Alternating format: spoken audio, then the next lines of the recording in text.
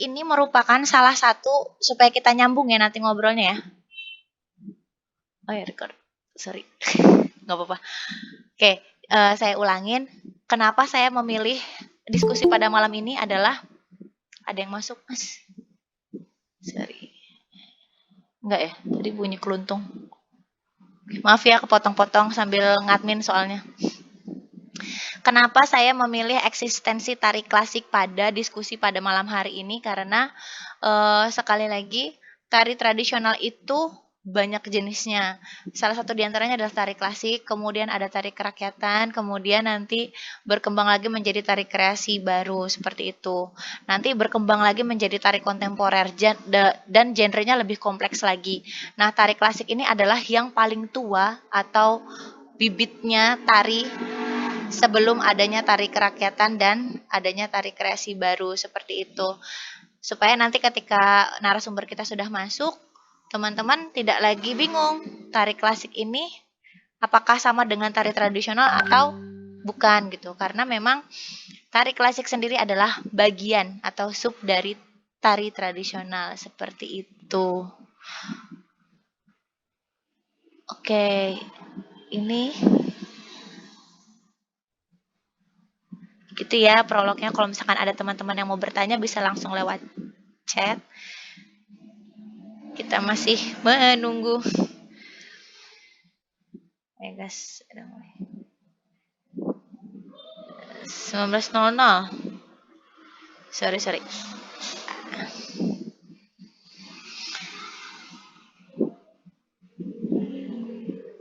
Begitu ya teman-teman, sekali lagi untuk yang tidak menempuh jalur akademisi di bagian seni tari, saya jelaskan sekali lagi, tari klasik ini merupakan bagian atau salah satu jenis tari genre yang ada di tari tradisional.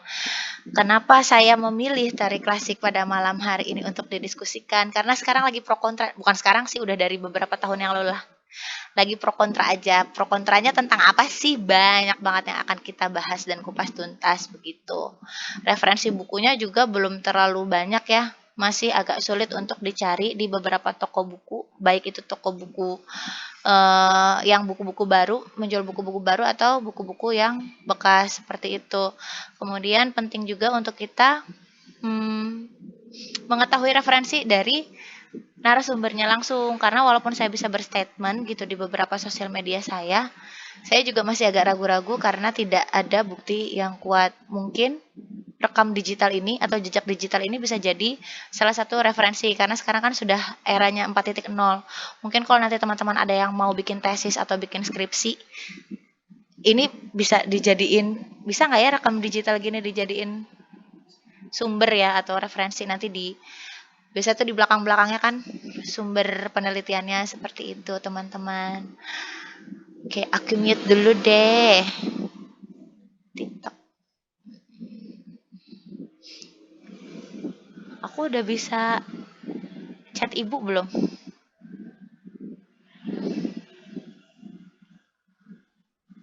Tuh, nggak bisa masuk tau.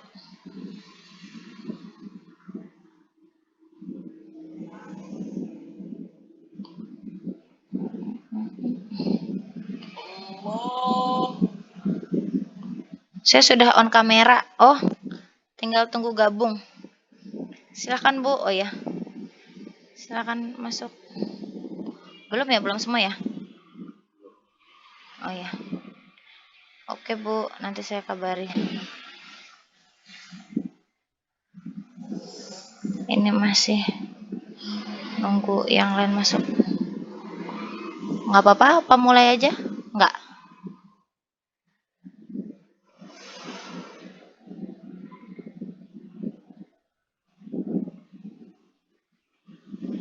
On time aja nggak apa-apa kali yang. Ya udah. Oke Bu, sudah pada masuk Bu. Saya tunggu ya Bu.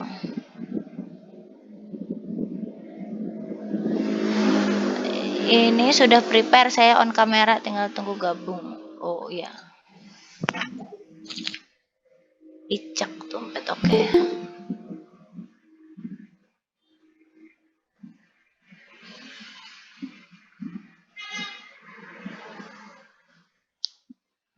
Oke, Ibu gabung, baik. Ini saya sedang menghubungi Ibu Titi ya, sudah. Ini yang belum masuk kita tinggal aja nggak apa-apa ya teman-teman ya. Kita biarkan saja on time.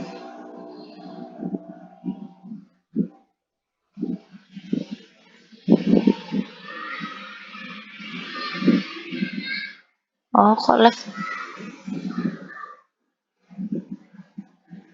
Kok ada yang live meeting siang? You lost your connection trying to reconnect. Matiin. Mbak Putri, Oh iya. selamat malam. Oh iya. Halo, selamat malam Ibu. Ibu Titi sudah masuk ya, Bu ya? Sudah. Oh, nggih. Terima kasih Ibu. Wah, senang sekali. Baiklah, Ibu kameranya sudah bisa dihidupkan, Ibu. Oke. Sudah. Oh ya, biar kerekam ya Bu. Terima kasih sebelumnya. Baik teman-teman yang sudah bergabung, terima kasih sudah meluangkan waktunya. Saya minta maaf kalau ada yang terlambat. Kita tinggal aja ya Bu ya. Biasakan on time. Ya. Baik, sebelumnya saya ingin memperkenalkan siapa sih Titi Agustin ini, nggak formal-formal banget, nggak apa-apa ya Bu? Iya, santai aja, santai. Iya. Baiklah teman-teman, di sini ada salah satu dosen saya dulu waktu di Universitas Negeri Yogyakarta. Seperti yang sudah teman-teman lihat di publikasi, beliau ini merupakan lulusan dari Institut Seni Indonesia di Yogyakarta saat menempuh pendidikan S1-nya, kemudian melanjutkan pendidikan di Universitas Negeri Yogyakarta untuk S2-nya, seperti itu. Nah, di Universitas Negeri Yogyakarta sendiri, Bu Titi ini adalah salah satu dosen yang mengampu mata kuliah seni tari klasik ya Bu ya. Kalau untuk prakteknya. Ya, betul. Khususnya tari Jogja. Ya, tari klasik khususnya tari Jogja karena ngapunten Bu, di sini semuanya ada beberapa teman-teman yang tidak menempuh pendidikan tari di akademisi. Banyak beberapa yang bergabung pada malam hari ini itu latihan secara mandiri, otodidak, atau ikut ke sanggar-sanggar. Yang mana beberapa kali saya survei banyak teman-teman yang minim pengetahuan, maksudnya di sini minim pengetahuan tuh nggak negatif ya Bu ya, karena memang dari sanggarnya sendiri biasanya tidak diberikan teori. Itulah yang membedakan teman-teman yang menempuh pendidikan di jalur akademisi di bidang seni seperti itu ya Bu. Jadi memang masih pada bingung gitu tari klasik itu apa. Nah, kalau saya langsung aja ya Bu ya, ngobrol-ngobrol. Halo Bu. Ya. Ya. Di antara Silakan.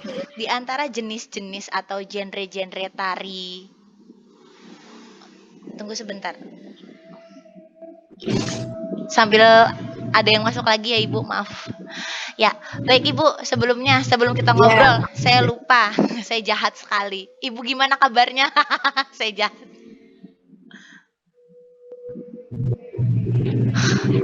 Sehat, senang sekali bergabung dengan Mbak Putri dan teman-teman semuanya.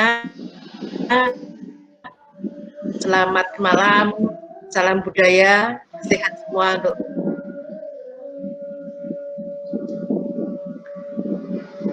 Iya. yang hadir di malam hari ini. Iya, biar corona dan pandeminya masih ada, tapi kita tetap bisa berkumpul ya Ibu. Ya, alhamdulillah. Alhamdulillah. Di sini sebelumnya ada beberapa teman dari alumni seni tari alumni seni tari Jogja, kemudian ada mahasiswa dari UPI Serang, kemudian ada juga dari SMKI Solo, ada teman kita dari SMKI Jogja juga, ada teman-teman dari Purwokerto, dari Jakarta, wah rame banget. Terus ada lagi salah satu dosen musik yang ada di UPI Serang Banten ikut bergabung juga. Selamat malam kepada Bu Yulianti Fitriani ya. Baik, kita langsung saja nih Ibu. Kenapa sih saya tiba-tiba tertarik ngomongin soal eksistensi tari klasik? Karena kan ini milenial banget ya Bu ya. Kaum X, Y, Z itu tidak begitu kenal dekat dengan tari klasik. Nah, Ibu sendiri dari beberapa genre tari di tari tradisional, kan tari tradisional itu genrenya ada tari klasik, ada tari kerakyatan, seperti itu ya Bu ya. Sampai ke tari kreasi baru. Apa sih yang membuat Ibu memilih tari klasik dari awal belajar menari?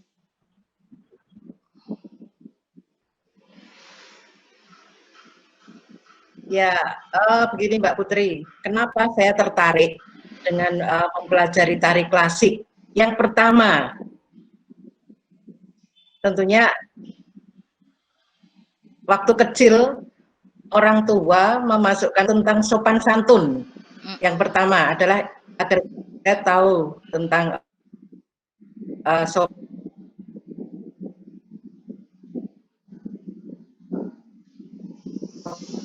santun yang halus. Karena belajar menari kan tidak hanya sekedar pasti nanti akan kita dapatkan. Selain itu, semakin bertambah usia, tentunya akan semakin mencintai tari klasik itu sendiri, sehingga rasa ingin melestarikan itu yang sangat kuat. Ingin melestarikan tari klasik, khususnya tari klasik gaya Jakarta, itu Mbak Putri. Oke Bu. Baik, berarti selain untuk melestarikan upaya dalam melestarikan tari tradisinya kita, itu ada sopan santunnya juga ya Bu ya di dalamnya. Karena kan yang kita tahu nari yo. Yeah. Nari aja lah kayak gitu. Sisanya di luar itu biayaan lagi gitu. Tapi bedanya ketika menarikan tari klasik kenapa saya Iya, karena waktu itu memang saya cenderung lebih ke tomboy, sehingga orang tua memasukkan saya di sebuah sanggar dan di lingkungan pendopo dalam, yang otomatis itu membentuk karakter saya, tidak semakin menjadi tomboynya, tetapi ada kehalusan yang saya dapatkan ketika saya belajar menari, karena menarinya kan di atas pendopo, jadi kita tidak mungkin berlari-lari di atas pendopo. Baik Ibu, jadi tidak memang santun, tidak hanya menari saja, tetapi juga sopan santun. Apakah kemudian kebiasaan itu terbawa kepada kehidupan sehari-hari Bu, terpengaruh?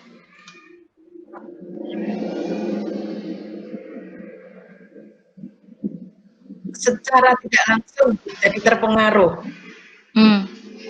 Jadi bukan hanya Karena ketika di sekian lama panggung. belajar itu secara tidak sadar, tidak hanya menari saja. Baik. Ya, teman-teman bagaimana? Apakah koneksinya aman? Tolong tinggalkan di chat ya. Nanti Ibu kita akan buka pertanyaan, nggak apa-apa ya Bu ya dari teman-teman yang bergabung. Iya, Ya, baik. Kita kembali lagi ya. Tadi kan kenapa sih yang membuat Ibu Titi? Sebenarnya kan kalau di UNY sendiri itu ada panggilan sayang teman-teman nih buat Bu Titi Agustin. Panggilannya Bu Ipu ya Bu. Apa kita panggil Bu Ipu aja di sini ya? Biar lebih akrab. Iya, enak ya. Iya, jadi nggak kaku. Begitu. Kita kembali lagi tadi kan ternyata mempelajari tari klasik itu dapat berpengaruh terhadap lingkungan kita juga di luar menari ya Bu ya. Lebih tahu etika, lebih tahu sopan santun begitu.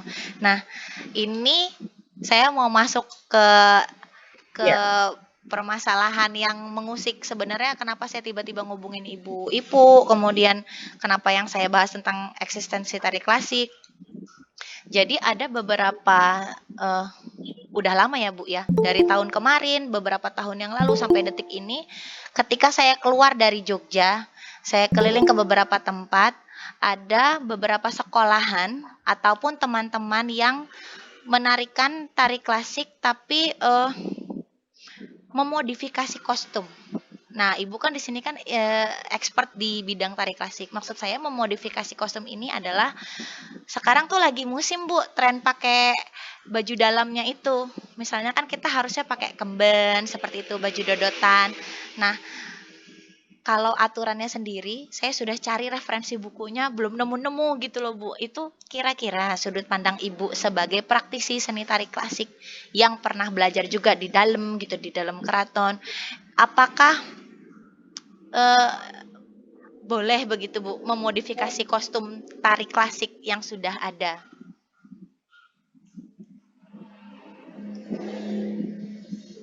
Yang selalu kita hadapi. Di satu sisi kita ingin melestarikan tentang tari klasik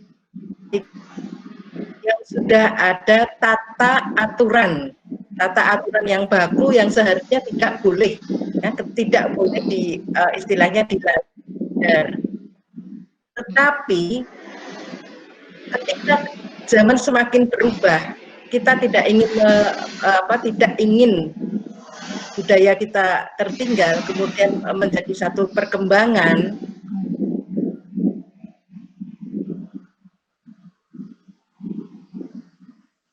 Nah, ini yang akan menjadi kali untuk kostum tari klasik khususnya yang sudah dibakukan. Mohon maaf ini. Jadi carut marut karena memodifikasi sesuai dengan keinginan sendiri. Padahal itu sebetulnya tidak bisa. Ya, tidak diubah. Itu sudah patokannya seperti itu. Nah, untuk mensiasati sebetulnya ada. Tidak dengan menggunakan pakaian yang misalnya mohon maaf kalau untuk tari Jogja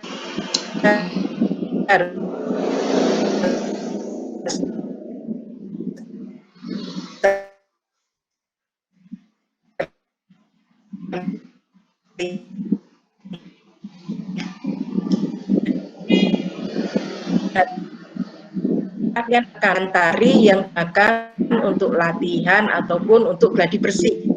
Mereka menggunakan gelungan, tetapi gelungan itu di bagian depan ditutup dengan kalau saya tidak salah lihat, dia menggunakan stocking hitam yang dipotong.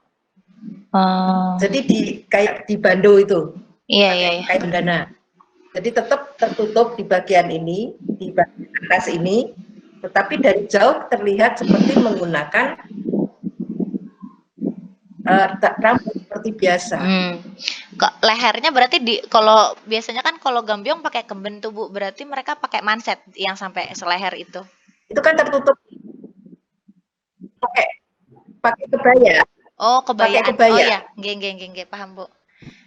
Iya, jadi kayak sampai hati agar juga tidak merusak pakem dari kostum yang sudah ditata dari zaman dahulu.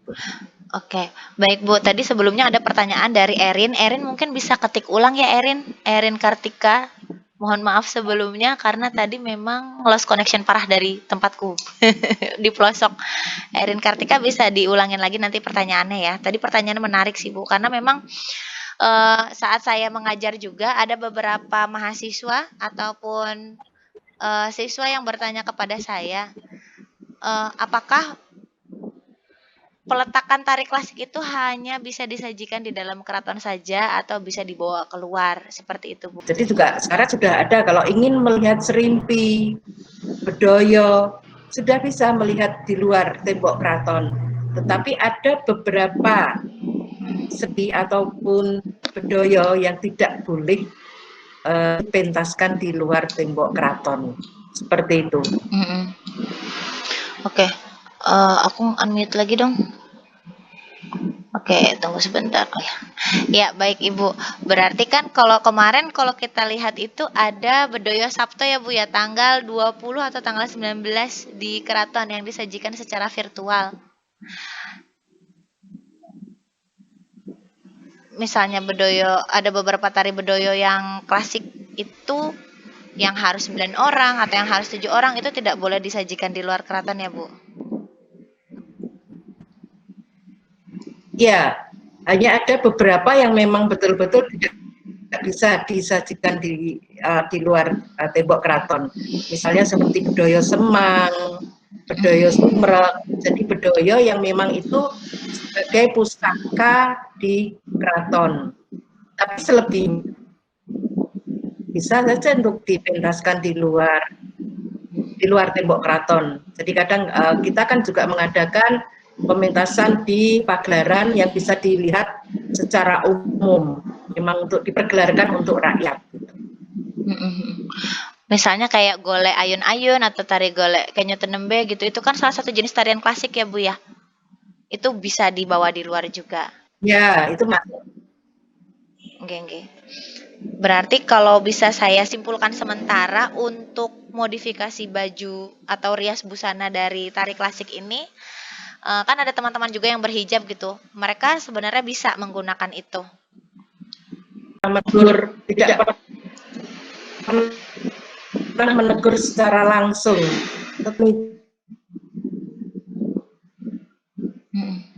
Tari khususnya akan merasa ini kenapa bisa jadi seperti ini, padahal sudah tahu pakemnya.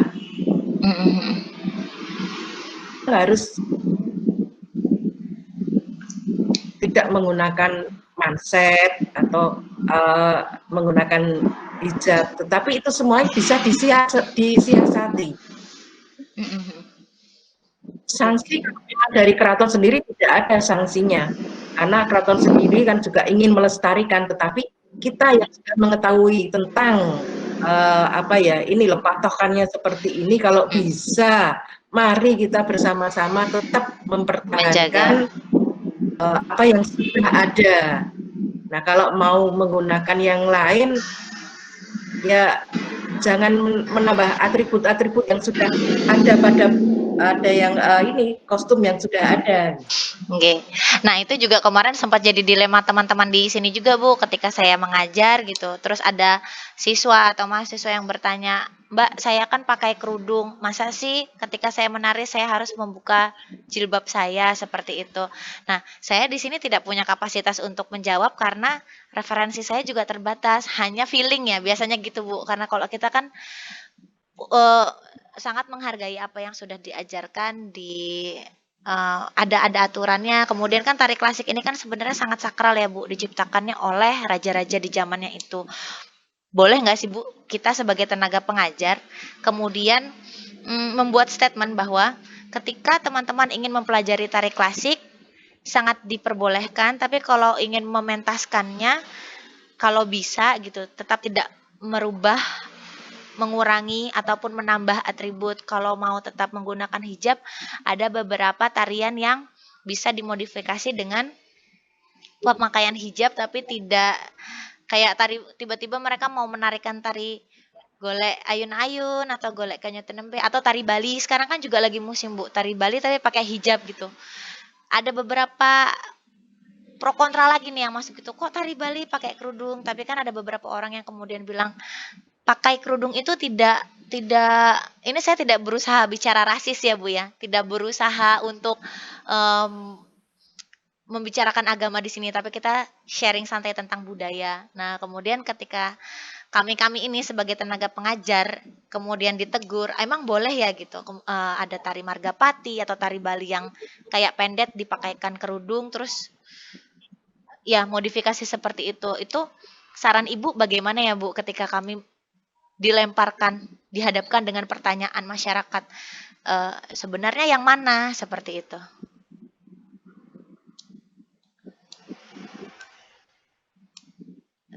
Karena kan untuk menjawab masyarakat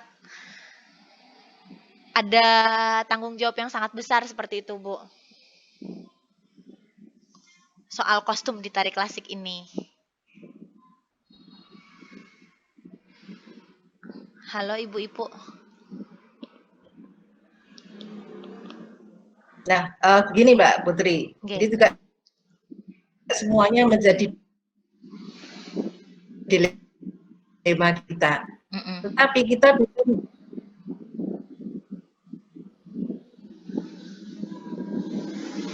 ya, ya. Jadi kalau ingin misalnya kalau tari jadi misalnya kalau seperti tari golek, saya ingin menari tari golek, iya. Saya ingin menari tari golek. Silahkan. Tapi saya berhijab. Mm-mm. Nah, sekarang tidak menggunakan kostum yang misalnya kostum yang untuk pementasan itu, tetapi silahkan menggunakan kebaya, kemudian berkain, kemudian atasnya dimodifikasi dengan gelungan yang seperti itu tadi yang saya jelaskan Iya. di depan. Itu kan juga sudah menunya. Baik. Berarti untuk mengganti kostum dengan kostum yang tertutup itu nggak jadi masalah ya Bu ya? Tidak harus Berkebaya pakai. itu sudah lengannya sudah panjang. Nggih. Kemudian ini juga sudah tertutup sampai di atas. Hanya satu-satunya hanya itu yang bisa. Ya pakai aja pakaian adat yang Bali untuk serian atasnya, tidak yang lalu didobel. Itu sama sekali merusak tatanan yang sudah ada. Nggih. Iya, ditemukan terutama di Banten ya Bu ya, karena saya kan di daerah Banten ini Islami sekali. Terus waktu itu pernah ada anak SD yang menarikan tari Bali tapi jadi numpuk-numpuk itu. Ada manset, kemudian gelungnya diganti pakai kerudung, ditempelin bunga dan sebagainya seperti itu. Nah, ini ada pertanyaan Bu dari Stella Dewi Rita, salah satu alumni seni tari UN-nya juga. Kebetulan dia lagi di Kalimantan Bu, lagi di Penajam Pasir. Sebagai seorang pendidik, dilema juga dalam kenyataannya. Saya mengajar di sekolah negeri di Kalimantan Timur dan dihadapkan dengan kenyataan pihak sekolah tidak memperkenankan siswa dalam menarikan tari pedalaman Dayak dengan kostum yang pakem, alias harus tertutup dan berhijab dari kepala hingga kaki. Akulturasi budaya semacam ini, apakah bagi Ibu Tipu akan merusak pakem kostum tari itu sendiri? Karena yang saya tahu, saya pernah tinggal di Kalimantan Timur juga, karena daerah pesisir ya, jadi Islamnya sangat kuat begitu, Bu. Ya, itu betul. Tetapi sekali lagi karena itu kan sudah menjadi pakaian yang sudah pakaian apa ya, sudah dipatokkan seperti itu. Nah, saya sih juga aliran rada-rada keras. Kalau tidak menggunakan itu ya nggak usah menari itu saja. Iya. Yang lain. Jadi sepertinya tarian yang lainnya. Gitu. Sepertinya Bu Tipu ini memberikan angin segar ya untuk kita ya. Saya agak sepakat nih dengan Bu Ipu. Saya pro. Maksudnya gini, pintar-pintar kita sebagai tenaga pendidik atau pengajar tari atau penarinya sendiri untuk menyiasati apabila memang tari tradisional ini genrenya banyak ya teman-teman ya. Apabila memang kita tidak ingin merusak kebudayaan yang sudah ada, tari klasik itu kan memang aturannya sangat luar biasa. Sudah dari sananya diatur sedemikian rupa karena punya motif tersendiri ya Bu ya. Nggak mungkin dong raja-raja ini sengaja untuk mengumbar aurat gitu waktu menciptakan kostum. Pastikan setiap kostum juga memiliki simbol, arti yang sangat kuat gitu. Nah, saya sendiri kenapa sepakat, mungkin untuk teman-teman menyiasatinya banyak lagi jenis tari tradisional seperti tari kreasi baru ataupun tari kerakyatan yang bisa teman-teman gunakan untuk pentas muridnya seperti itu. Kostum bisa dimodifikasi macam-macam di situ.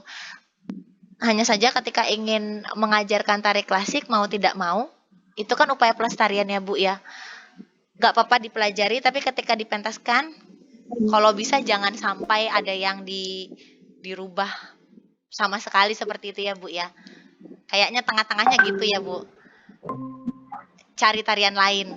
Ya, jadi kita sebagai pengajar harus pintar-pintar mencari peluang yang lain. Kalau misalnya ini memang tidak bisa dirubah atau ya ajarkan untuk tarian yang lain yang masih luwes ya, istilahnya luwes, atau justru mari kita menciptakan tarian yang sesuai ya, menciptakan tarian sendiri yang sesuai dengan kondisi di mana kita berada, di mana kita mengajar.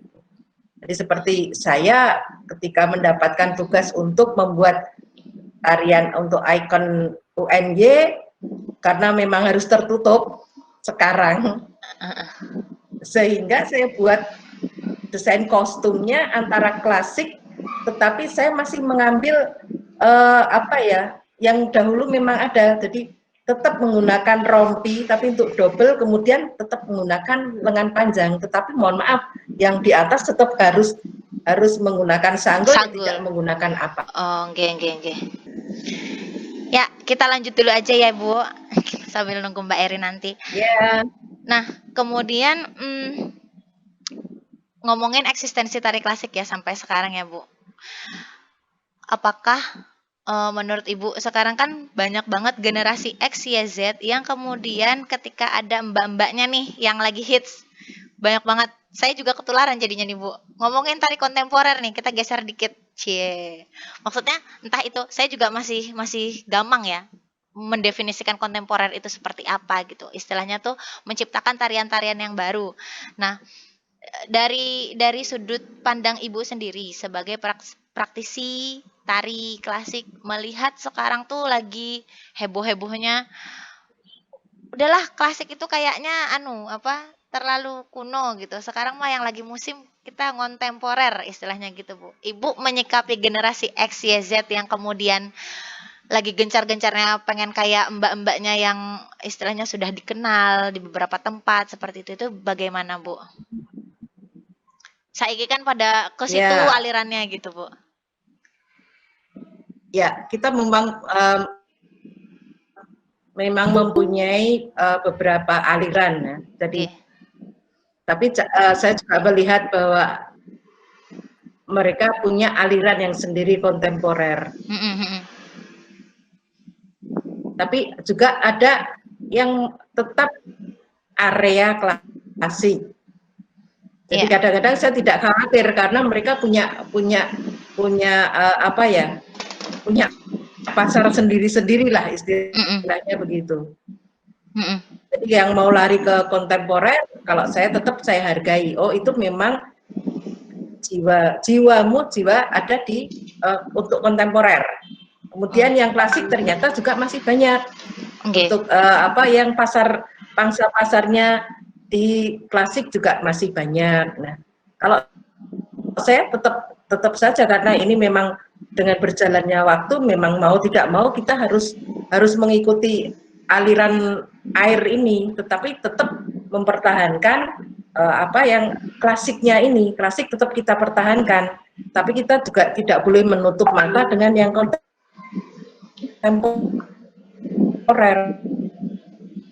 Oke. Baik. Agar tidak menjadi kata dalam tempurung gitu. Iya. Jadi tetap itu, harus Mbak Putri. Jadi tetap harus mengikuti perkembangan yang ada ya, Ibu ya. Biar nggak banget cepet banget gitu ya, Bu.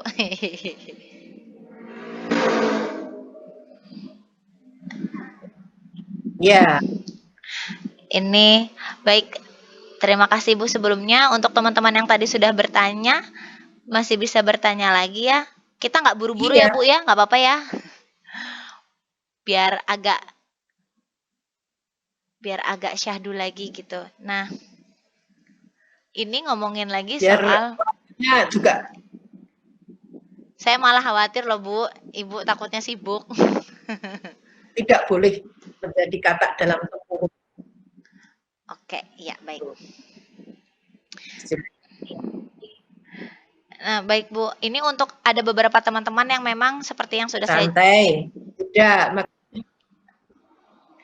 Ya, baik Bu.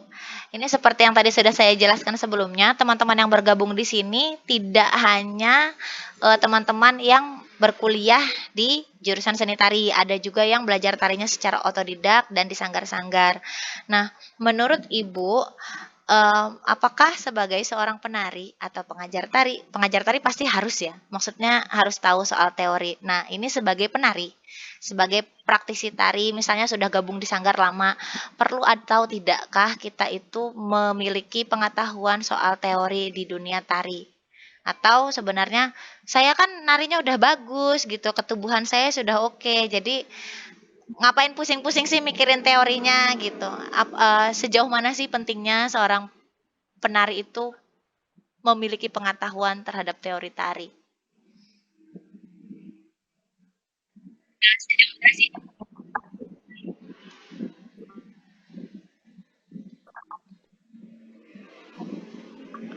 Halo? Iya, iya, iya, iya. Oh, Erin kebuka. Ya, bukan karena saya berada di lingkungan kependidikan ya, Nggih, nggih.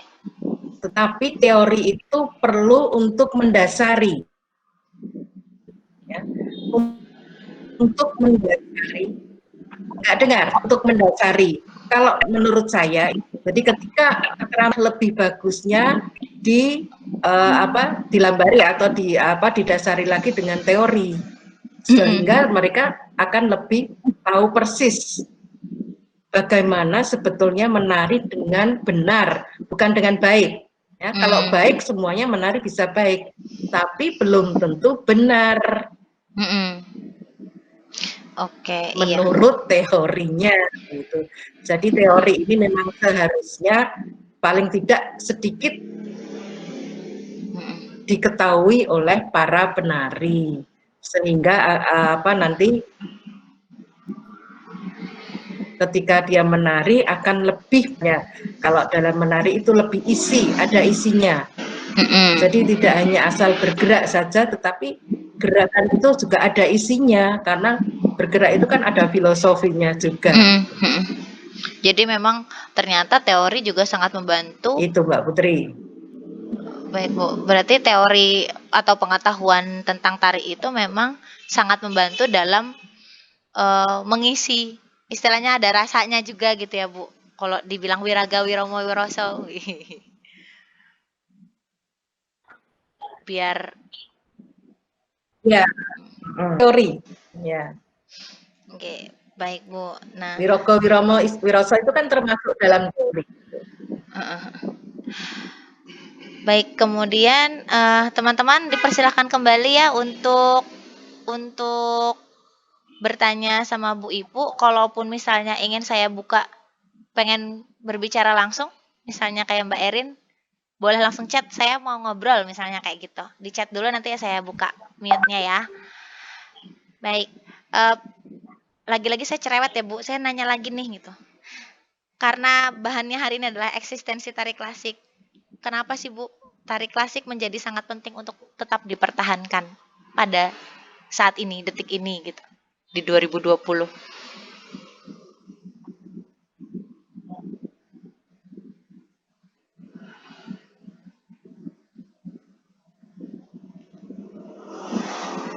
Halo? Ya. Sangat penting ya, karena itu menjadi menjadi jiwa ya.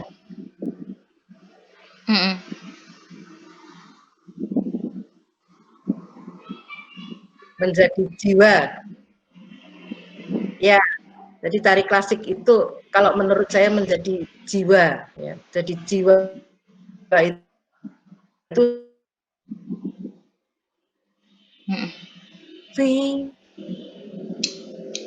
yang tinggi. Jadi filosofinya itu juga menyangkut masalah filosofi kehidupan, sehingga tidak hanya sekedar budaya yang ecek-ecek, tetapi ini perlu sekali kita lestarikan, karena ini adalah jiwa kita. Oke. Mbak Putri. Baik, terima kasih Ibu. Nah, ini ada lagi masuk pertanyaan. Salah satu dosen seni musik di Universitas Pendidikan Indonesia cabang Serang. Saya bilangnya cabang. Ada UPI Serang, Bu, di Banten. Kebetulan Bu Yuli ini memang mengampu mata kuliah PGSD dan PG PAUD yang core-nya di bagian seni. Nah, terima kasih atas penjelasannya Bu Titi. Saya justru sangat setuju jika pakem atau aturan atau tetekon dalam tari klasik tetap dipertahankan. Hal ini menjadi penyeimbang perkembangan zaman yang sangat cepat sekali silih berganti wujud peradabannya. Sebagai salah satu upaya, apakah mungkin kita bersambung nih kalimatnya? Mohon maaf, Bu Yuli, silakan. Oke, lanjutnya ya, Bu. Sebagai salah satu upaya, apakah mungkin kita melakukan sebuah kesepemahaman yang dibuat dalam bentuk perda atau rancangan undang-undang yang mengatur persoalan eksistensi tari klasik sebagai kekuatan budaya bangsa? Ini ngomongin tentang perda atau peraturan, rancangan atau undang-undang berkaitan dengan haki ya, Bu, hak cipta. Menurut Ibu perlu nggak sih kita bikin kayak gitu? Saya pernah ngobrol sama Mas Didi ini tahu soal ini juga sih kayaknya waktu itu. Ngotot banget beliau bilang, "Yuk harus" gitu. Nah, kalau dari Bu Titi gimana? Kalau saya juga harus. Iya. Kalau saya pribadi juga harus, karena ini harga mati ya. Kalau sudah patokan itu harga mati, NKRI harga mati, gitu. Jadi ini juga kalau sudah menjadi kostum yang sudah dibakukan ya jangan dirubah-rubah, harus itu. Oke. Karena kalau misalnya di keraton sendiri di sana juga tidak ada yang merasa apa ya, kelihatan seksi, kelihatan Iya. ininya, tidak ada. Itu sudah pakaian sehari-hari mereka di keraton, misalnya dengan kemben, abdi dalam semuanya menggunakan kemben ketika bertugas di keraton, dan tidak ada yang memandang menjadi nafsunya apa, melihat itu jadi bernafsu, tidak ada. Dan kalau memang itu harus dibuat perda, saya sangat setuju, karena biar tidak menjadi amburadul dan tidak dirusak, ya, dalam tanda kutip itu dirusak itu. Jadi tetap ketika itu sudah menjadi pakaian yang harus digunakan seperti itu, ya mari kita istilahnya mentaati dengan pakaian yang seperti itu. Jangan merusak tatanan. Berarti kembali Kalau lagi. disuruh ngotot ya setuju, itu aja. Berarti kembali lagi ya seperti yang tadi kita bahas sebelumnya, sampai detik ini mungkin karena praktisi seni sendiri yang menarikan tari klasik, istilahnya ini pakem harus kita jaga betul kan Bu. Belum ada undang-undangnya, belum ada perdanya, maka mungkin orang keraton sendiri miris ya, atau bukan hanya di keraton, untuk teman-teman yang belum tahu, tari klasik itu sebenarnya ada di beberapa wilayah yang memang dulunya ada suku atau ada raja-raja. Di Kalimantan juga ada tari klasiknya, kayak tadi Mbak Stella bilang ada tari Dayak, itu pakemnya seperti itu. Di Sumatera juga punya tari klasik sendiri. Kebetulan Bu Ipu ini praktisi seni tari klasik di Jogja, makanya saya berhubungan dengan keraton itu tadi.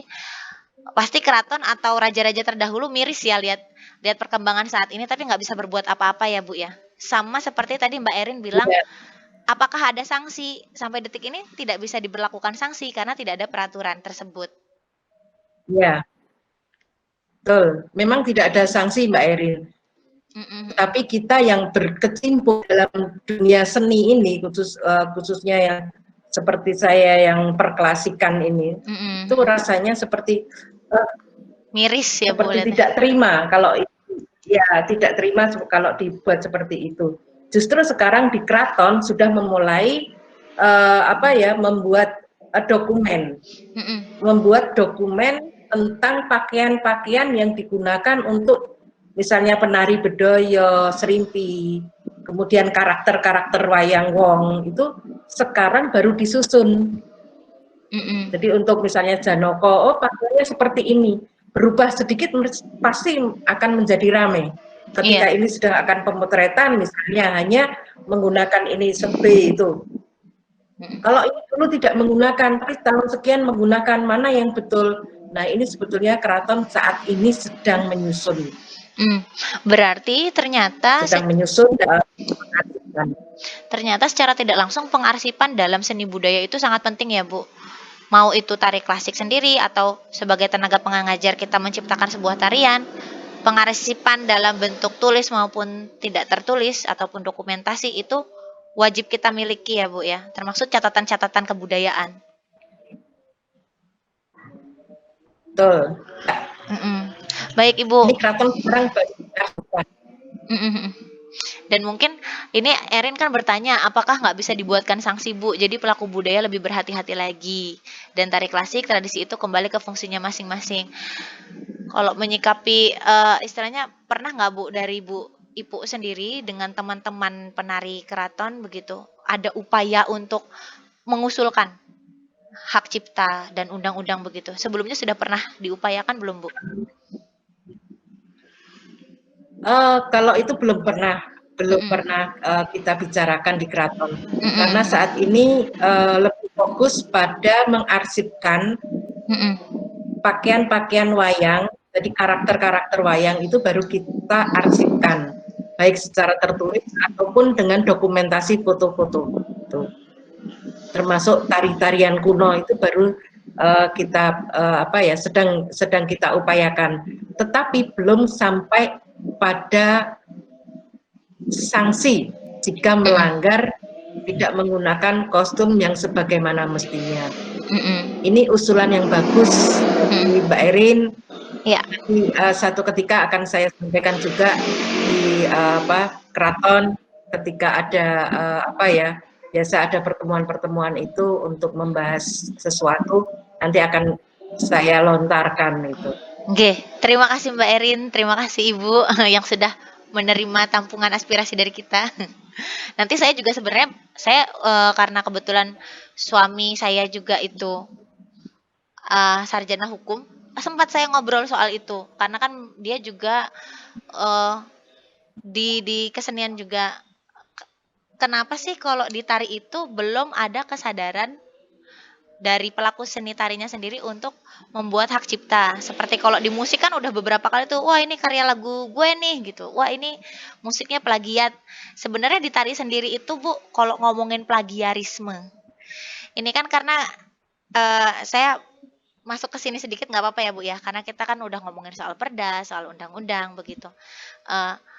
Apakah menurut Ibu, kan ada gerak tari itu maknawi, gerak tari murni. Biasanya ini satu sanggar dengan satu sanggar yang lainnya. Atau kalau misalkan FLS 2N gitu. Kita sebagai guru-guru itu kan pasti waduh, berjuang supaya sekolahnya menang, atau Peksimida, pekan seni mahasiswa kampus seperti itu. Ini plagiat, ini tarian itu tarian sanggar saya, ini tarian ini gitu. Menurut Ibu, kalau ada klaim misalnya nyempurit itu kan saya yang nyiptakan atau yang seperti ini. Nah, padahal kan apapun bisa terjadi. Itu menurut pandangan Ibu gimana, Bu? Soal pengklaiman gerak mengo aja ntar, wah itu gerakan saya diambil gitu, Bu. Itu gimana, Bu? Plagiat, tidak plagiat sekarang adalah hati nurani. Tetapi kalau kita berbicara masalah seperti itu, nah, Srimpi, Bedoyo, sekarang ini banyak sekali yang menciptakan. Nah, apakah itu juga bisa dikatakan sebagai plagiat? Karena kan Srimpi itu sekarang, saya mau menciptakan Srimpi. Padahal Srimpi sebelumnya sudah ada. Konsepnya sudah ada, strukturnya seperti ini. Nah, sekarang si A buat dengan struktur, kemudian dengan konsep yang sama tetapi hanya dengan gerak berbeda. Nah, itu apakah juga bisa dikatakan sebagai plagiat? Karena Srimpi dan Bedoyo, Golek itu ya polanya seperti itu. Iya. Menarik ini, Bu. Nah, itu kan sulit untuk itu kan sulit dikatakan sebagai plagiat karena dia punya konsep dan struktur yang seperti itu. Kemudian orang lain menciptakan pola, struktur, konsep yang sama tetapi dengan gerak yang berbeda. Namanya misalnya golek suami atau apa gitu. Golek bojo. Nah, tapi memang pernah saya dengar ini, Mas Bagong Pak Bagong Kuswadiardja sempat menciptakan heboh itu di Jogja waktu dia bikin Bedoyo Gendeng. Tahun berapa itu ya, Bu ya? Ya, Itu sempat jadi pro kontra, tapi kan setelah itu ya hilang lagi begitu. Jadi memang irisannya sangat tipis ya, Bu ya, untuk ya, kemudian di ingin diupayakan ada perdanya atau ada undang-undangnya gitu. Karena memang nanti kan ada pasal-pasal yang memberlakukan hal tersebut harus dengan pakar-pakarnya ya. Semoga saja nanti irisan-irisan yang sangat tipis tersebut bisa dijembatani ya, Bu. Nah, iya. kemudian ada pertanyaan lagi nih Bu dari ini tadi ada tanggapan dari Bu Yulianti Fitriani. Akulturasi budaya melalui agama tampaknya mulai ingin mengembalikan keeksistensiannya. Semoga terlaksana. Amin. Kemudian Stella Bu, Amin. sampai detik ini kita khususnya penggiat seni belum mampu, bahkan belum berani sepemahaman mengenai pakem. Sebuah atribut tari khususnya tari yang berpakem adat. Apakah penguatan ini sudah diberikan oleh pendidik atau dosen seni atau pengajar seni dengan mahasiswanya? Mungkin referensinya ya Stella ya. Apakah penguatan ini sudah diberikan oleh pendidik ke mahasiswanya sebelum terjun langsung ke lapangan? Maksudnya untuk digong, ini pakemnya tidak boleh dirubah gitu. Apakah semua tenaga pendidik seperti itu, Bu, sudah melakukan upaya seperti Ibu Ipo? Ya, kalau yang berkecimpung di klasik ya, terutama di klasik, itu pasti sudah secara otomatis kuat untuk mempertahankan, tidak melenceng dari yang sudah ada. Pasti itu. Jadi bagaimanapun upayanya pasti akan mengatakan ini yang benar seperti ini. Jangan dibelokkan. Jadi kita sudah semampu kita untuk mempertahankan apa ya, misalnya ini harus seperti ini, tatanannya harus seperti ini, patokannya harus seperti ini. Ya, misalnya kalau saya mengajar, kalau sikap tangannya tidak sesuai seperti apa yang menjadi patokan, ya mohon maaf, nilainya akan berkurang begitu. Nggak ada toleransi sama sekali ya, Bu. Karena itu memang yang harus Nah, ya Mbak dilakukan. Rin ya, Mbak Stel, tidak Iya. ada toleransi ya. Iya, pokoknya harga mati, nggak boleh. Nah, menarik nih Bu soal Ya, harga. NKRI. Iya, soal harga mati ini Bu.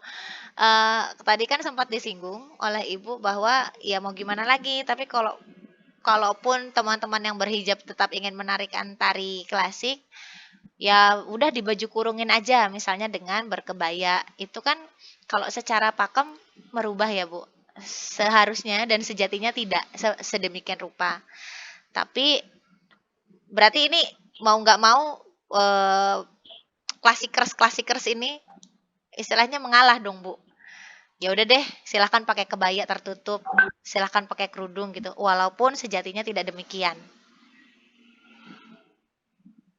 Mbak Putri, ada sedikit catatan, bukan menyerah, tetapi itu biasa digunakan ketika menggunakan kain kebaya dan yang berkain biasa itu di keraton kadang-kadang pakaian itu digunakan untuk gladi bersih. Oh, untuk Jadi ketika mau latihan-latihan ya. mementaskan, silahkan dengan menggunakan yang misalnya untuk pakaian yang bersih. Karena itu juga termaksud salah satu dari pakem yang ada di aturan klasik. Oke. Aduh, tercerahkan Bu, terima kasih. Iya, terima kasih banyak Bu untuk catatannya. Soalnya khawatirnya saya juga hampir miskomunikasi gitu. Berarti kan jangan sampai nanti ketika Bu Ipu memberi statement seperti sebelumnya, nanti teman-teman, oh berarti bisa pakai ini dong, berarti bisa pakai itu dong. Ternyata ada acuannya gitu ya teman-teman ya. Ternyata masih ada rujukannya gitu. Nah, untuk pengarsipan sendiri Bu, selain dokumentasi, apakah sebagai pelaku seni, mau itu genrenya klasik, terus ada kerakyatan atau kreasi baru, penting tidak untuk kita sebagai pelaku tari ataupun pengajar tari membuat catatan sendiri gitu Bu, yang kemudian dibukukan. Karena kan sejauh ini kayaknya buku-buku tentang tari semakin minim ya. Saya cari di toko-toko buku bekas juga Minim sekali begitu, Bu. Betul. Memang minim sekali dan memang tidak berada di Indonesia. Karena buku-buku tari itu justru yang membuat orang-orang luar, khususnya Belanda. Banyak buku-buku tentang seni tari khususnya justru dari yang dari Belanda itu yang membuat tentang buku tentang tari. Dan naskah kuno yang ada di keraton itu masih banyak yang berada di Belanda. Jadi keprihatinan kita. Jadi miris juga ya Bu ya, maksudnya kayak terkadang mungkin saya dan beberapa teman ingin mencoba untuk mengarsipkan statement atau tulisan kita lewat dalam bentuk buku, tapi kan ada keterbatasan kapasitas ya Bu. Apakah misalnya gini, ada siswa tiba-tiba saya pengen nulis tentang tari menurut ini, menulis ulang seperti itu, tapi dia belum memiliki titel profesor, doktor, atau belum memiliki titel, misalnya ya sekelas lulusan SMA gitu, tapi dia berkecimpung di dunia tari sudah lama, dia mengutarakan apa yang dia ketahui didukung dengan referensi. Menurut Ibu apakah bisa? Kalau menurut saya pribadi, pengalaman itu kan juga belajar. Kalau saya pribadi sah-sah saja untuk menulis. Walaupun nanti pasti ada suara-suara yang misalnya ada antara pro dan kontra, itu pasti ada. Dengan satu tulisan dibuat oleh profesor pun pasti juga ada pro kontranya. Tidak hanya yang tidak punya titel, yang punya titel pun pasti ada pro kontranya. Betul. Tapi kalau itu tidak dibuat, ya kita akan miskin buku lah istilahnya, seperti itu. Berarti karena ini juga sebetulnya pengalaman juga. Guru-guru pada zaman dulu, zamannya saya, itu tidak akan pernah mengajarkan secara teori awantah. Ya, jadi tidak ada yang memberikan pembelajaran, ini loh harus ada wirogo, wiromo, wiroso, ada sewiji, greget, sengguh, oraminggo. Tidak pernah diberikan. Kalau sekarang kan kita berikan di awal, bahwa belajar tari harus mengetahui wirogo, wiromo, wiroso. Nah, kalau ketika saat saya belajar tidak ada yang memberikan hal seperti itu. Jadi dengan berjalannya waktu yang panjang, pengalaman yang belajar yang panjang, baru mendapatkan, oh ini toh wirogo, oh ini toh wiromo, ini wiroso. Tapi kalau ditanya langsung pada guru, saya menanyakan tentang sewiji, greget, sengguh, oraminggo. Jawaban apa yang saya dapatkan dari guru yang saya belajar dari kecil itu? Durung wayahe kowe ngerti, hanya itu aja. Dahsyat. Ya, tapi belum saatnya sekarang. Besok kamu akan mendapatkan dengan sendirinya. Nah, itu saya dapatkan sudah mau tua ini baru dapat. Nah, sekarang kan harus diajarkan, harus tahu wirogo, wiromo, wiroso gitu. Dan itulah pentingnya. Kalau dulu tidak ada pembelajaran. Iya, itulah kemudian pentingnya proses ya Bu. Saya kaget tadi sampai dengar durung wayahe, atau istilahnya belum waktunya kamu tahu gitu. Waduh. Kalau zaman sekarang kan apa-apa anak-anak nggak sabar, kayak maunya dikasih tahu sekarang. Kalau nggak dikasih tahu langsung googling. Terus kalau nggak ada marah-marah. Ya, instan, generasi instan. Jadi begitu bisa menari, PY, dia lupa untuk belajar teori dan tekniknya. Yang penting sudah bisa mendapatkan amplop. Betul. PY tadi. Sama foto-foto Bu, biasanya Bu. Yang dikedepankan selfie-nya dulu. Karena berkostum itu tadi. Baik Bu, ada pertanyaan lagi dari Diah Ayu Latifah. Mohon izin bertanya lagi Bu, apabila ada penggarapan baru tari klasik Bedoyo dengan konsepan memadukan dengan tarian tradisi daerah tersebut, sedangkan karakternya berbanding terbalik, misal Bedoyo dengan Dolala. Nah, menurut Ibu bagaimana? Dengan garapan Gending juga kolaborasi gamelan dengan musik tari tersebut. Terima kasih. Ini mix ceritanya, Bu. Ya. Ya. Bedoyo itu kan bisa hanya diambil dari konsepnya, strukturnya. Ya. Ya. Jadi struktur dan konsep dari bedoyo yang bisa diambil. Misalnya dengan penari 9, kemudian putri semua dengan rias yang sama. Itu kan konsepnya seperti itu. Jadi tidak ada salahnya mau menggarap dolala kemudian dipadukan menjadi seperti bedoyo. Karena saya juga pernah menggarap bedoyo, tetapi di tengah-tengah saya buat semuanya berjalan bukan kapang-kapang, tetapi orang pincang, ya, orang yang jalan pincang itu. Dari serius tiba-tiba di tengah saya pincang itu. Karena menurut saya hidup itu tidak akan selalu mulus, pasti ada di tengah-tengah itu pasti ada naik turunnya. Ya, ada kurva. Ya, itu gambaran saya seperti itu. Dan dilakukan itu dengan serius, jadi tidak orang yang melihat tertawa, tapi yang melakukan 9 orang ini adalah serius. Dan saya 9 ini tidak perempuan semua waktu itu. Jadi 5 itu laki-laki, yang 4 perempuan. Nah, konsepnya saya menggunakan bedoyo. Baik, saya jadi tergelitik pengen nanya nih, gatel nih Bu, dengan tanggapan Ibu dan pertanyaan Mbak Diah tadi. Berarti kalau sudah seperti itu sudah tidak bisa kita namakan tari klasik, atau masih bisa kita masukkan ke kalau nanti ditanya gitu, loh ini jenis tari apa, bisa dikatakan tari klasik kah atau sudah masuk ke tari kreasi, seperti itu Bu? Kalau saya masuk ke kreasi, ya, masuk di kreasi, karena sudah ada penggabungan antara tari kerakyatan yang digabung, jadi sudah dikreasikan. Hanya konsepnya menggunakan bedoyo, menggunakan konsep struktur bedoyo. Baik, terima kasih Ibu. Wah, ini bener-bener saya nyuri ilmunya banyak banget nih sama teman-teman. Bahagia banget. Dulu waktu kuliah menyesal, sering nakal, bolos-bolosan. berasanya pas udah Mbak lulus. Putri ini waktu kuliah suka bolos. Iya. Tapi setelah lulus eksistensinya justru muncul kemana-mana. Saya pantau terus. Nah, kenapa kok tidak dari dulu ya? Baru sadar itu loh, aduh, terus mau kuliah lagi susah. Amin Bu, alhamdulillah.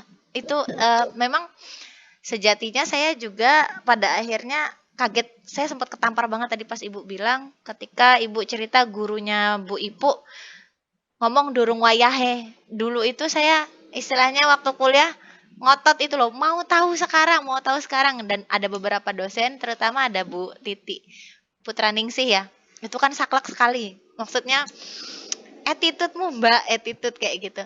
Dan ketika saya lulus, saya baru sadar bahwa memang ternyata dari tari itu bisa mengubah dan membentuk kepribadian saya sendiri, terutama gitu. Berpengaruh walaupun tidak mendalami klasik, kemudian saya keseret lagi ke tari klasik, kemudian dalam berbagai hal untuk teman-teman di sini juga, kalau ada yang merasa minder gitu, wah nari cuma gitu-gitu toh, apalagi kan banyak nih Bu mahasiswa baru yang ngalamin up and down seperti biasa. Kalau ditanya temennya, kamu nari di jurusan kamu kuliah jurusan apa gitu, jurusan tari, sering banget ada yang ngece istilahnya Bu, ada yang meng-underestimate. Tari itu kan cuma nunggak-nunggit di lampu merah juga kamu sering menyaksikan orang menari. Istilahnya kasarnya seperti itu, Bu. Saya juga pernah digituin. Mahasiswa saya juga pernah seperti itu. Maksudnya teman mahasiswa. Itu pendapat Ibu tentang masyarakat yang kemudian menanyakan ya, ngapain sih tari itu diakademisikan, dikuliahin gitu. Padahal kan cuma gitu-gitu doang, seperti itu, Bu. Supaya kita terpacu nih Bu, biar nggak down banget kalau ada yang nanya kayak gitu lagi gitu. Proses itu tadi. Ya, oke Mbak Putri, itu terjadi juga di saya pribadi. Justru kakak saya yang mengatakan mau jadi apa kamu kuliah di tari, mau jadi ronggeng di pinggir jalan itu, mau menari di pinggir jalan itu. Nah, tetapi orang tua yang menginginkan saya menjadi seorang penari. Dan saya meyakinkan bahwa saya tidak akan menari di pinggir jalan. Saya harus bisa menari di istana. Hanya itu. Selang waktu dari ketika saya masuk kuliah, tidak ada 1 tahun, saya sudah mulai masuk ke Istana Negara untuk menarikan tarian wajib golek ayun-ayun kalau ada tamu. 17-an Agustus, kemudian beberapa event. Saya tunjukkan bahwa saya belajar menari tidak hanya untuk menari di pinggir jalan, menari ecek-ecek, tapi saya belajar menari bertanggung jawab. Ya, jadi saya punya tanggung jawab pada saat saya belajar menari. Tanggung jawab saya sekarang saya wujudkan dengan saya betul-betul belajar dan menjadi seperti sekarang. Baik Ibu, terima Jadi kasih. Jangan apa ya, jangan berkecil hati ketika orang mengatakan apa menari aja kok kuliah menari. Nah, ada beberapa banyak yang mengatakan seperti itu. Iya. Nah, buang uang. Balik saja. Ya, buang uang. Kursus aja sudah bisa. Kan begitu. Kursus aja sudah bisa. Kayak seperti itu, kursus aja ya bisa. Bilang saja, ya terserah kamu mau itu. Tapi saya ingin mempelajari, ingin melestarikan budaya yang kita punya. Biar kebakaran jenggot, ketika budaya kita diakui oleh orang lain, ya. Baru kebakaran tuh, ya. Nanti baru wah. Kayak waktu itu ya Bu ya, kasus dengan tetangga sebelah.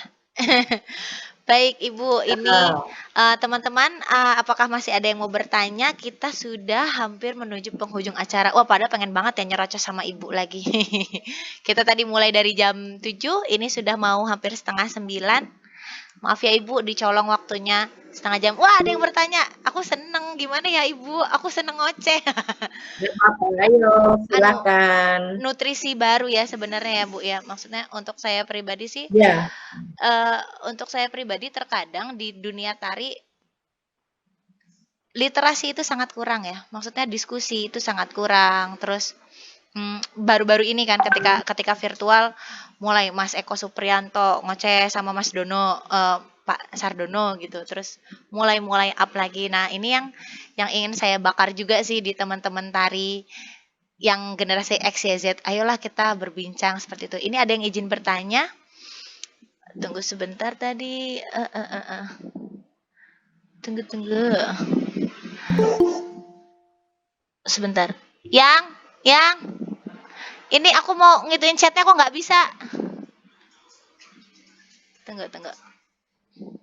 Ini nggak bisa diklik. Sorry. Oke, ada yang izin bertanya Bu, namanya Maria Reni Wulandari. Berkaitan dengan tari klasik dalam membawakan suatu tarian, apakah boleh tari klasik dimodifikasi, baik menambah atau mengganti suatu gerakan? Dan bagaimana tanggapan Ibu mengenai hal ini? Nah, kalau ini yang dimodifikasi bukan kostum, Bu, tapi gerakan. Bagaimana? Ya, kalau misalnya gerakan itu sudah ada dalam satu tarian, misalnya ada golek ayun-ayun, beksan, ada golek pinyati nembe, itu mohon maaf, saya tidak akan memaafkan jika mengurangi atau menambah atau memodifikasi. Iya. Itu salah besar dan itu tidak diizinkan, tidak diperbolehkan. Jadi ya tetap harus seperti itu, tidak bisa dikembangkan kecuali membuat baru. Seperti tadi konsepnya. Konsepnya boleh, monggo, mau dikembangkan, mau dikreasikan, dengan dasar tari golek, misalnya ayun-ayun mau dikembangkan, silakan. Tapi jangan merubah golek yang sudah ada. Paham. Atau menggunakan iringan golek ayun-ayun, misalnya Terus, oh iya, menggunakan iringan, kemudian diisi tarian yang lain. Oh, itu nanti itu haram istilahnya Bu bisa ya. dibuatkan undang-undang. Ya, bisa dibuatkan undang-undang sambil Iya, iya, iya, tangannya iya. begini-begini. Iya, pokoknya itu haram, nggak boleh. Ya, sepakat. Ya, Ya, terima kasih Bu jawabannya sepakat sekali ya, karena memang eh, udah ada motif geraknya ya Bu ya istilahnya ya. Motif geraknya sudah diatur sedemikian rupa dan memang ada jalan ceritanya sendiri ya Bu. Kalaupun mau memakai ya, konsep, monggo. ya. Mm-mm, Jadi mari kita hargai, kita lestarikan tari klasik yang sudah ada saat ini. mm-mm. Kita kan hanya istilahnya nemu atau apa sih nemu bahasa Indonesianya? Hanya apa nemu? Oh, ya nemu Bu, menemukan. Istilahnya apa ya? Mendapatkan, Oh iya iya, mendapatkan sesuatu yang sudah ya, warisan mendapatkan ya. sesuatu yang sudah jadi. Ya, warisan yang sudah mengalami perjalanan sejarah yang panjang. Mari ini yang kita lestarikan. Yang namanya klasik ya sudah melampaui sejarah perjalanan yang panjang. Mm-mm, Jadi bukan hal yang baru, tapi memang mari yang sudah ada itu kita lestarikan, mm-mm, kita keasliannya, mm-mm, kemurniannya, agar tidak jadi carut marut mm-mm. gitu. Berarti istilahnya tetap menjaga keaslian budaya kita di tari klasik, tapi jika ingin berkreasi, berkreasilah jangan di tari klasik, tapi di kreasi baru. Seperti itu ya Bu ya. Ya, Silahkan bikin tapi tidak boleh mengacak-ngacak gitu. mengkreasikan ya dengan konsepnya yang seperti itu dikreasikan. Itu bagus. Geng, geng. Baik Ibu, teman-teman masih ada yang mau bertanya kah? Ini kalau nggak ada yang bertanya, saya pertanyaan terakhir nih Bu, pertanyaan pamungkas. Dari tadi saya tahan-tahan banget.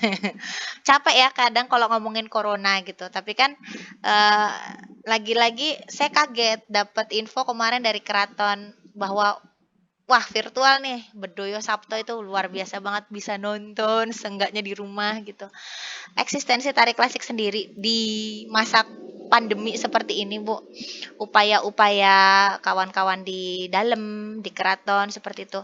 Apakah sudah selain pengarsipan dan pendokumentasian menyiasati menyiasati corona ini apakah wes kita pentas aja tetap virtual atau ditahan dulu? Kemarin tuh kayaknya gebrakan pertama deh, Bu. Bedoyo Sabto itu.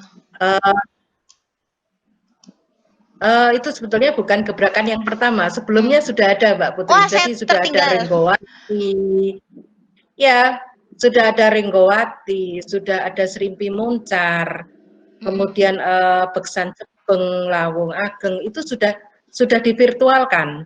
Jadi setiap 35 hari sekali itu sudah divirtualkan. Selalu ada Jadi pertunjukan. setiap malam iya, selalu. Jadi ada istilah uyon-uyon hadi luhung. Itu akan dilihat di YouTube. Dan sekarang ini sepertinya akan menjadi masa-masa kejayaannya lagi untuk tari klasik gaya Jogja. Di tahun ini 2019-2020 ini akan menjadi satu kalau menurut pengamatan kami ya pengamat bukan pengamat tetapi yang berkecimpung di dalam itu mengalami perkembangan yang sangat luar biasa di keraton. Kemudian yang menangani juga anak-anak muda.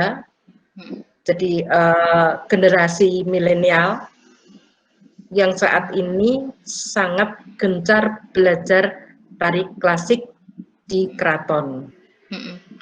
Sekalian betul eksistensinya saat ini sedang naik-naiknya.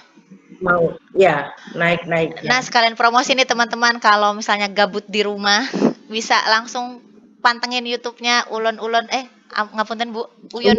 Uyon. Ya, Ya, pokoknya ada kalau saya ngetiknya ini Keraton dalam Yogyakarta itu pasti nongol. Teman-teman bisa belajar di situ juga gitu. Baik Ibu, terima kasih untuk waktunya. Terima kasih banyak teman-teman semuanya. Kita kayaknya foto bareng dulu ya.